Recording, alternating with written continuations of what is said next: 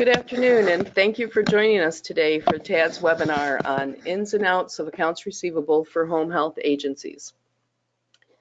TAD was founded as an option for home health agencies to outsource their billing, accounting, and consulting services to industry experts. Our esteemed billers and accountants and CPAs have dedicated themselves to the home care industry for over 20 years. I'm Mary Reyes, and I'm the Director of Operations here at TAD. I've been with TAD for 17 years and have seen many changes within our industry, both in the financial and billing areas. I have with me today Alexandria Rochko. She is one of our accounting specialists and has extensive knowledge of financial aspect of our industry, including Medicare cost reports. She works daily with her clients on the day-to-day runnings of their agencies. We have a lot to share with you today, so we're going to get started. All of our attendees are in listen-only mode, but please feel free to send your questions through the text box on your right-hand side of the screen. I'll be answering questions throughout the webinar as they arrive and pertain to the topics at hand. If we've passed a topic, we may pass the question, but we'll have time at the end of the webinar where we can do questions and answers. So if I don't get to your question right away, please continue to submit them and we'll address them at the end of the webinar if we don't throughout. But I'd be happy to stop and address questions as we go. At the end of the webinar, we're going to post our contact information so you can reach us for further questions, or if you want to discuss our services, or if we didn't address a question that you had during the webinar, just submit it to us and we can talk about it either one-on-one on the phone or through emails, whichever you're more comfortable with. At the end of our webinar, a questionnaire will pop up when you log out. We would appreciate it if you take a moment. It's only a couple of questions. If you could submit your answers, and it would also give you the opportunity of to be able to ask questions or submit requests. Mary, we have a question. When will the recording of the webinar be available? We are recording it today, and I have to get with our IT person on when it will be able to be uploaded to our website. So if we don't have it on the website available, you can send me an email and I can submit a recording directly to you in, I think it's an MPV file format via email. And that would be sometime next week. Thank you. So without further ado, we're going to get started here today. I'm going to be talking about some of the changes for the PDGM, and we'll be addressing that throughout the question. I'm going to be interjecting some of the changes as we approach the different topics. And then if we have any more questions or answers, we can even open it up to some questions about some of those changes. Next month, I am going to be doing another webinar called Billing at a Glance. And in that webinar, we're going to go into a little bit more detail about the changes and how they're affecting the reimbursements and such and that kind of situation. The final rule for the PDGM is been just finalizing this week, and they have not submitted the final rule out to the public yet. So some of these things are still in a proposed situation, and hopefully by October 10th, which is the next webinar that I'm talking about, we'll have a determination and be able to finalize and solidify some of this the information regarding the PDGM, and in particularly the RAP elimination and that kind of thing. So just for your knowledge, also in November, Tony and Dan will be doing industry changes updates webinar, and that will be pertaining to what changes are still proposed for the next fiscal year. So check back with us often on our website to see when we have some dates and some topics scheduled. But those are the next couple of ones that are coming up that you might want to take advantage of as we approach the year end and the big changes.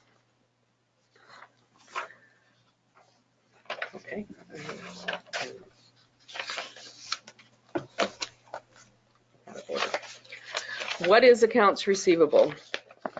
Accounts receivable is, in simple terms, the amount of money owed to you for services rendered. Just remember, in our industry, things are not as simple. You're not selling a product for $1,000 and expecting the payer to pay you that $1,000 over the next 3 months, and then you're done. That's how normal accounts receivable is determined on a financial, from an accounting point of view. But in the home care industry, we have a lot of variations to our billing process that impacts accounts receivable. Payment time from different payers can vary, so it's important to have that information as well. They may pay you in 30 days, they may pay you in 20 days, they may pay you in 60 days. So that can change your accounts receivable as well. So with home care, we bill in episodic or periods of care. Currently, we have an episode consists of 60 days of care. The assessments are done on the 60 days of care. That will not change under PDGM. You're still assessing for 60 days. What is changing is that you'll be billing, instead of one wrap and one final to cover that 60 days, you're now billing in 30-day periods of care increments. So for that same 60-day period of care, if you treat for the full 60-day, you're going to be billing 2 wraps and 2 finals. The proposed rule, as I said, has not been finalized, but they are discussing an impact on wraps.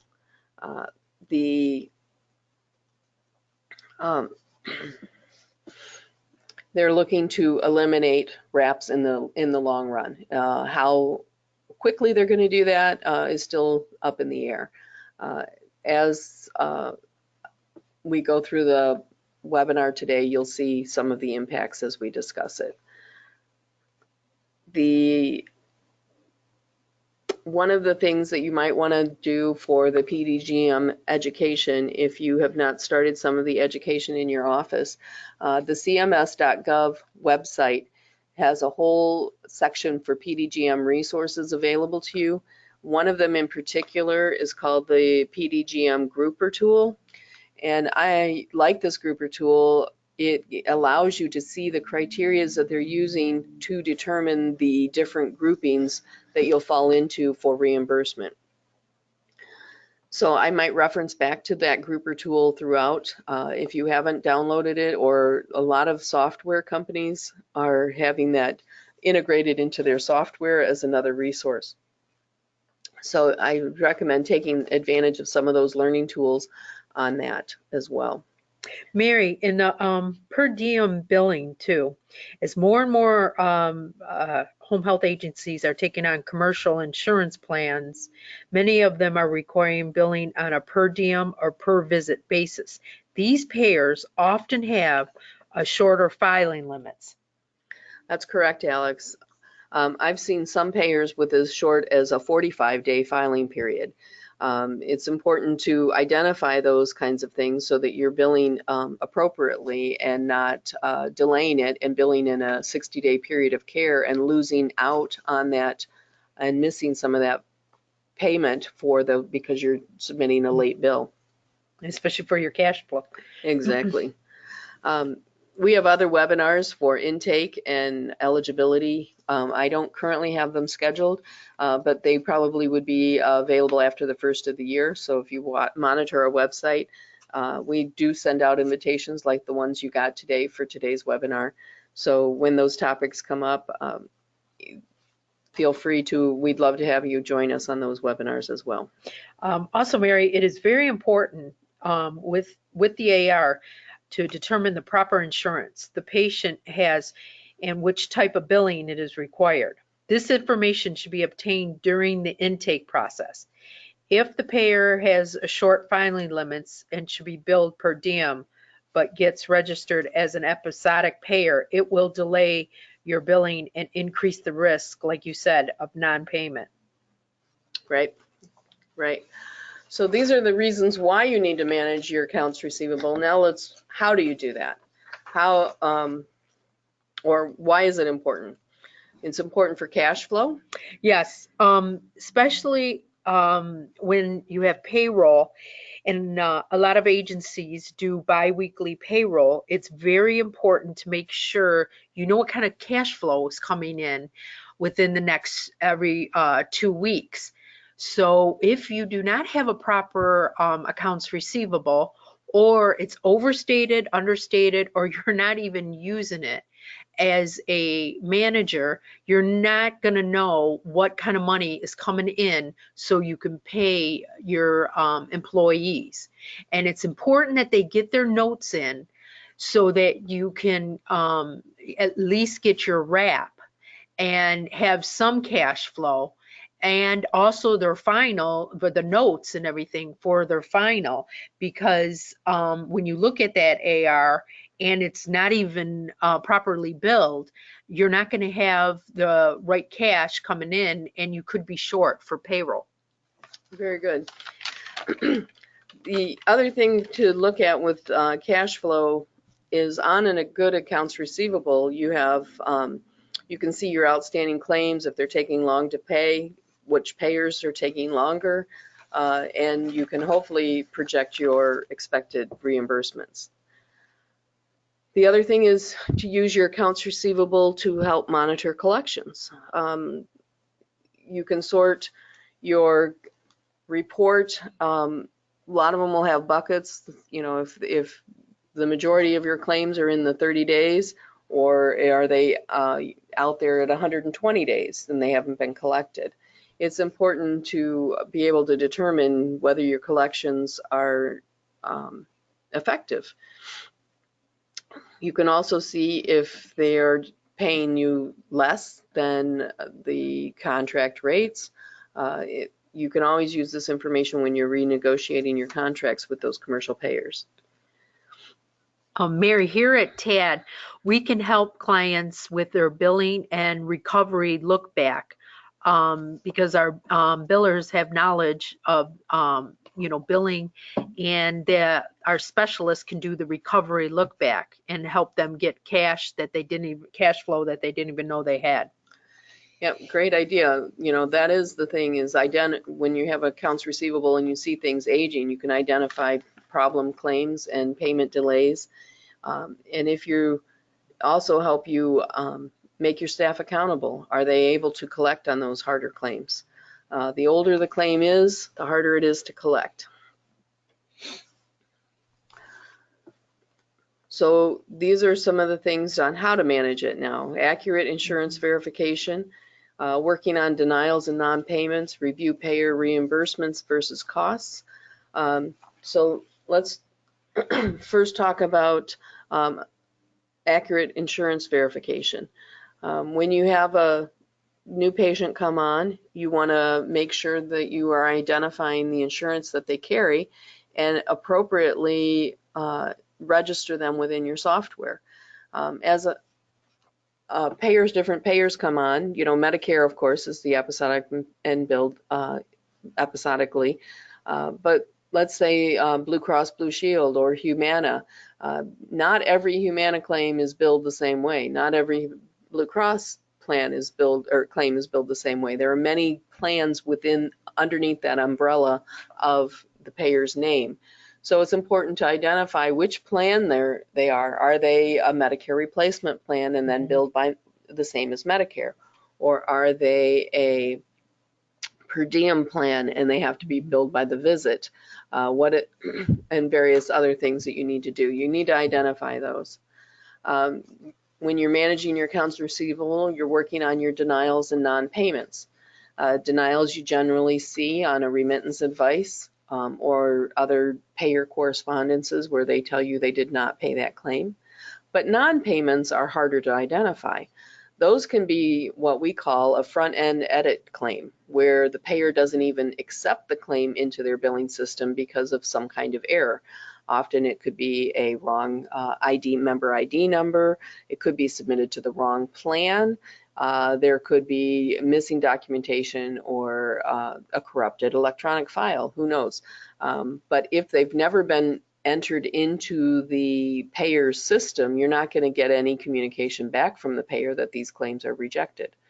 So if you're not monitoring your accounts receivable, you may not even know those claims exist. And you may wonder why you're not getting enough revenue to support the care that you're providing. Another thing you can do is look at payer reimbursements and costs. You can see which payers reimburse more quickly than others. You can also identify, are they paying you less than charges? Are they paying you at the appropriate contractual amounts? And that kind of thing. And I'm sure that all of you have a management system, computer system.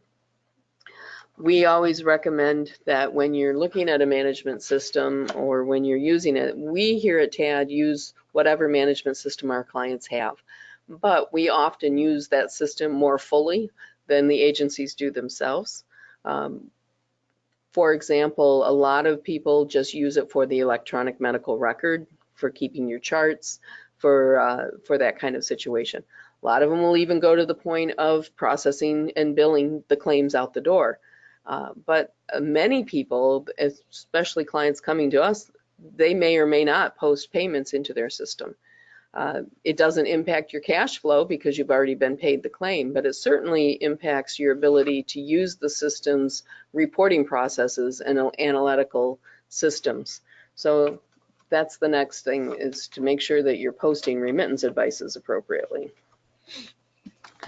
Let me visit back to the verification process though. As I said, it's one of the most important tasks that happens at the beginning of your care. At the minimum, you need to identify these 7-8 things when you're verifying. You want to make sure that they're eligible for the coverage and for the services provided. You want to make sure if the payer requires authorization that you obtain that in a timely manner. You want to find out what is their billing turnaround time. What do they consider timely billing? Do they expect a claim within 45 days, within 6 months, within a year? How much time do you have to submit a claim? And then a lot of people don't even think to ask, but what is their obligation back to you? When can you expect your payment from them? If you submit a clean claim, do they pay it in 20 days? Do they pay it in 45 days? That's all important for you to manage your cash flow. You'll know which payers take longer to pay. Do they accept electronic claims? In my experience, I've found if you can bill electronically, you should. It provides you a tracking tool and some things to prove that you've submitted timely billing. A lot of payers will pay more quickly an electronic claim than a manual claim because they don't have to hand process them. If they don't accept electronic claims, you want to make sure that you get the appropriate billing address. Where do they get mailed to and what methodology? Can they accept FedEx? Do they go to a PO box? That kind of thing. And you want to also take the opportunity to verify that you have all the accurate member ID numbers. We recommend that all patients get verified on a monthly basis. People's change insurance, open enrollments come and go, and patients come in and out of the Medicare program. So it's important to do that revalidation. One of the easiest ways to do that is have your visiting staff, whenever they walk in, ask the patients, did you get any new insurance cards? And then take the appropriate information back to the office.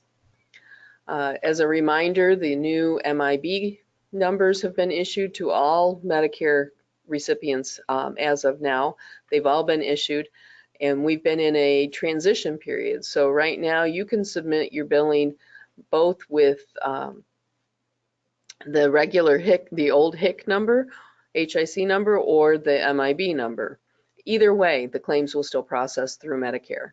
Starting January 1st, you must use the MIB number. So if you haven't started updating your records within your software to the new numbers, you should start actively doing that.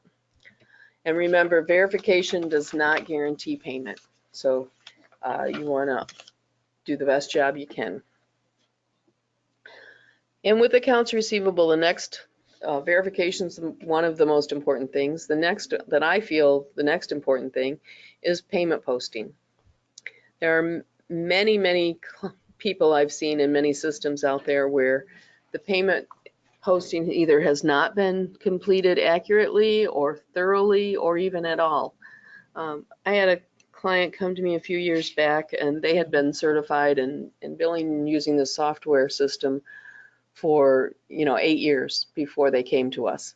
And when I ran the first accounts receivable report from that system, it was over 200 pages long. They had not posted payments, or that was random that they posted. They didn't make any adjustments, so if there was a minor adjustment or the 2% sequestration adjustments were not closed, the balance off the balances, so they were remaining open for the $20, the $30 adjustments here and there. It took a while to get them cleaned up, but when they left us, things were looking a lot better in their accounts receivable. I was able to work with the vendor and get that straightened out. But payment posting is critical. The remittance advice, which is the documentation you receive with the payment, has a wealth of information. It should be providing you with the amount of money that was paid for each claim. Each patient should be listed. The services that it pertains to should be listed, and how much was paid. If it was denied, it will have a information on there as to why it was denied.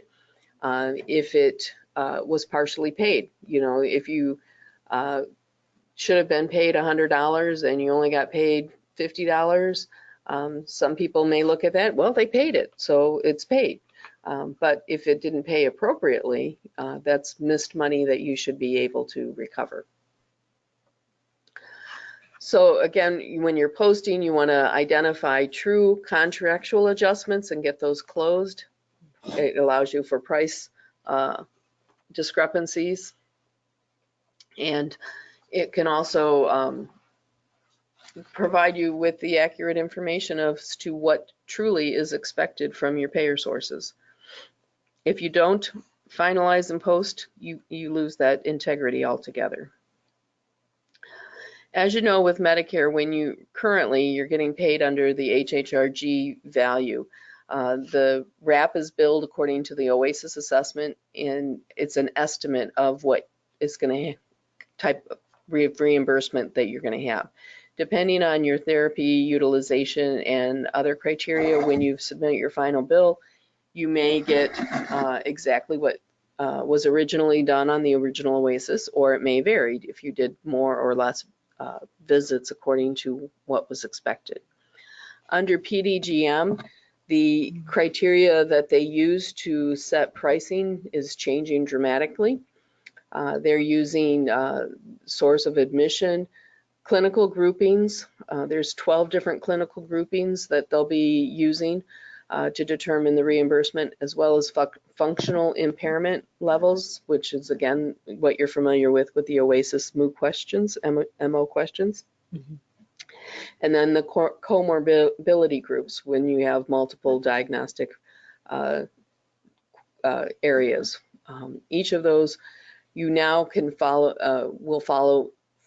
into one of 432 groups, pricing groups. Under HHRG, there was 152. Now there's 432 different pricing groups that you can fall into.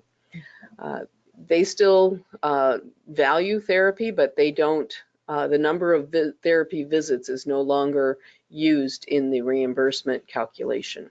Like you said earlier, Mary, it is very important for these agencies to get their coders to classes before January 1st.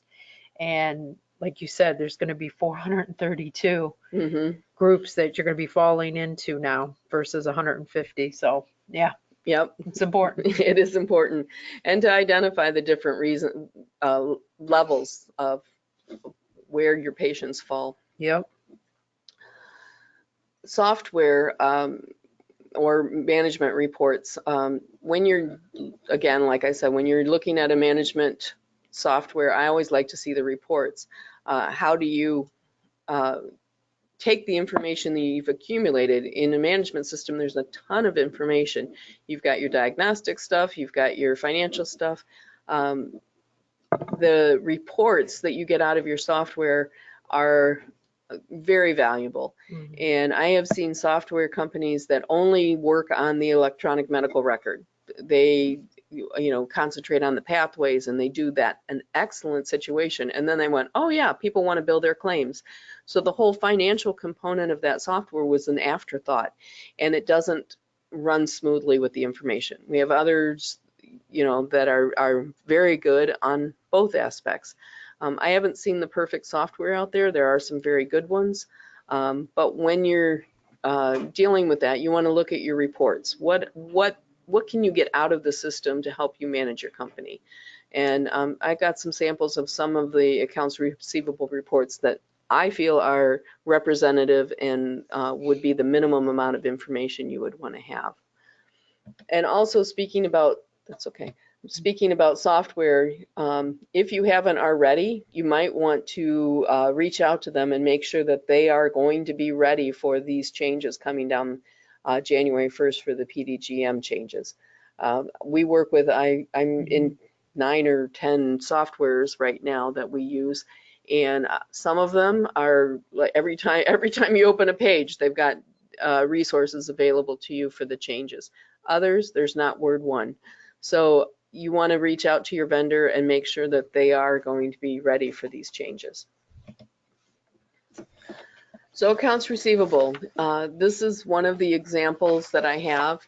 And in this example, one episode is on a line. So both the wrap and the final will be reflected only on the one line. So like here with Apple Joseph, you see that it's a episode of from August to September, and I'm doing 30-day periods of care because that's where we're headed. The period that you expect to reimburse for the whole amount is $3,578 and change, and the balance due is $1,786. So what that's telling me is either this is the wrap payment and you're only expecting that amount, or you've already been paid the wrap and this is the amount that you're expected with the final claim. Here's another report that I like. This one is a little bit more robust. It's identifying the different insurance carriers. This one, each line represents a claim. So under like George, let me find somebody that has two. Minnie Mouse here. We have Minnie Mouse at the bottom of the claim. This is, there is the wrap and the final, oh, that's a United claim. I guess. Palmetto is right above it. Okay. With the type of bill, the TOB column, that's identifying what type of bill it is. A 322 is a wrap. A 323 would be a per diem claim. A 329 is a final claim.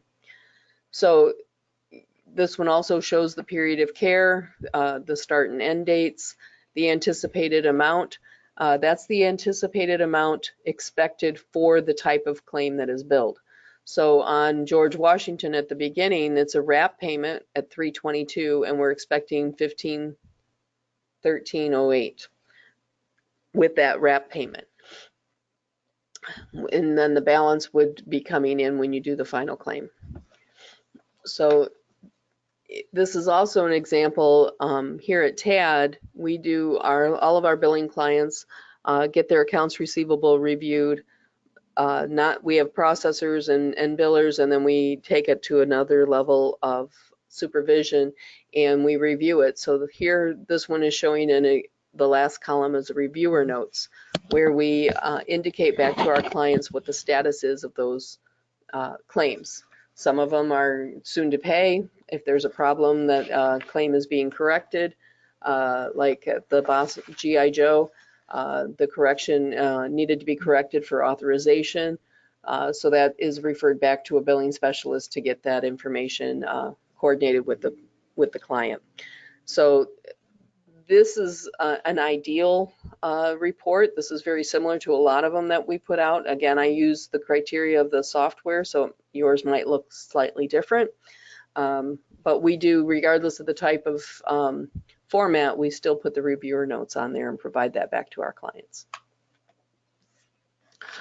Some of the things that are not changing under PDGM, or going away anyway, are the outliers, outlier additional payments. An outlier is when you provide additional excessive care for the acute cases for your patients.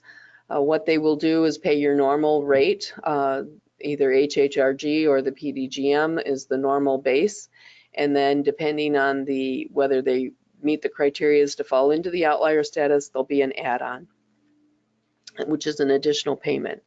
They still are keeping the capitation where you cannot exceed 10% of your overall Medicare revenue, cannot exceed 10% in the outliers.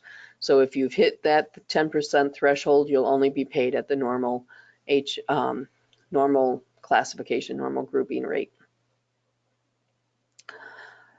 LUPAs, which is a low utilization payment, that is when you do, like right now currently, 60-day period of care. If you did 4 visits or less, instead of treating for the whole, paying for the whole 60 days, you would be paid at a LUPA rate, which is a per visit rate under the LUPA averages under your particular grouping. Under PDGM, there will still be LUPA adjustments, but they're not just a standard 4 visits across the board. They are based on your PDGM grouping, and it can be 2 visits from anywhere between 2 and 6 visits. And as I mentioned before, that PDG grouper tool, if you downloaded that, there's a tab on there which will show you which of the all 432 classifications and what that LUPA requirement or threshold is. One of the other changes, like I mentioned in the proposed rule, they're trying to, they're discussing RAPs. RAPs are the hot topic in this year's negotiation and restructuring of the financial aspect. One of the things that they have stated is that if the agencies were certified on or before December 31st, 2018, there will be no change for RAPs at this point in time. The proposed rule may change that, but it's not expected. You still will get some form of RAP payment. If it's not the 60-40, 50-50 split like it is now, it will be something similar and you will still get some form of RAP payment. If you were certified on or after January 1st, 2019, you will still need to submit a RAP, but you will receive no payment. You will receive payment when you submit the final billing. Mary, the RAP reversals will still occur if the final claim is not received 60 days from the end of the period care. This is a change from day 120 days to 90 days. Start date plus 30 days of care plus 60 days to process final. Right. The RAP reversals will still happen if you don't submit your final claim within 60 days of the end of episode or end of the period of care. So it's going to happen sooner. You still have 60 days to final bill, but because you're only servicing for 30 days, that's shortening it to the 90-day window. So you want to be conscientious of your timing there. You're not waiting too long, because otherwise you could create a cash flow if you allow those RAPs to reverse. Exactly. The review choice demonstration, that's currently going on in Illinois, has been since June 1st. I don't know if you are in Illinois, you're experiencing it and have been living it. If you are in one of the other 4 states, Ohio, Florida, Texas, and North Carolina, it's coming your way. We will be going live with the review choice demonstration September 30th in Ohio. When CMS released that information, they said the other 3 states will be soon following. You'll still get the 90-day notification, 90 days advance notification before it goes active in those states. But I expect it to happen shortly, if not by the first of the year, at least shortly thereafter. With the review choice demonstration, what happens with that is you have to submit your documentation to your intermediary or your MAC prior to final billing. You have to get a positive affirmation. They'll get you a UTN number, and that has to go on to the final claim. The advantage of the RCD, the review choice demonstration, is if you choose the review option within the RCD, you will no longer be subject to additional document requests, the ADR situation. The other aspect with the review choice is that because your staff may be busy putting that documentation together to get those affirmations and everything else, it may, if you're not staffed enough, it may delay the process of submitting your billing. In that case, we would be happy to assist you. Contact us and you could outsource the billing component while your staff is busy doing the review choice documentation. Even if you need to take that additional time to learn the PDGM, we'd love to be able to assist you with the billing process. ADRs, I mentioned that they're going away if you are under the review choice program and choose that option. With the ADRs, that is additional development request. What happens with that is you submit your RAP, you submit your final, and the RAP gets paid if you meet all of its criteria, and then you submit your final bill. And what will happen is Medicare may flag that for additional review. You will not receive that final payment until after the review process has happened. And you have 45 days from the notification to submit the information to Medicare, and then they have another 30 to 60 days to review it. So those claims could age well over 120 days prior to seeing any kind of payment. If they get paid, so once you have an ADR and they go through the review process, it can be one of three things. They can pay it outright, and then it's just delaying your payment. They can reject it, or they can partially pay it. With the partial payments and the rejections, you have an option as to whether you want to leave those claims open on your accounts receivable, and they will continue to age as you go through the appeal process. If you're not appealing them and they're rejected, you should write those balances off and close those claims. Otherwise, you're distorting the expected cash flow on your accounts receivable report. If you are continuing to deny or to appeal them, it doesn't hurt to close those balances off of your accounts receivable, and if you subsequently win the appeal, you can still post the payment and reduce that adjustment as you receive the additional funds. Some patients may be under a medical review, so an ADR could be triggered by just random. It could be triggered because of a particular patient's demographics. There are many reasons why you could be subject to some ADRs. And as you know, we just went through, 2-3 years ago, the Targeted Probe and Educate, where every agency was subjected to 5 ADRs, and depending on their approval, they were either subject to more or they passed that process. I believe all of that was leading to this big change to the PDGM. But with that being said, ADRs can distort or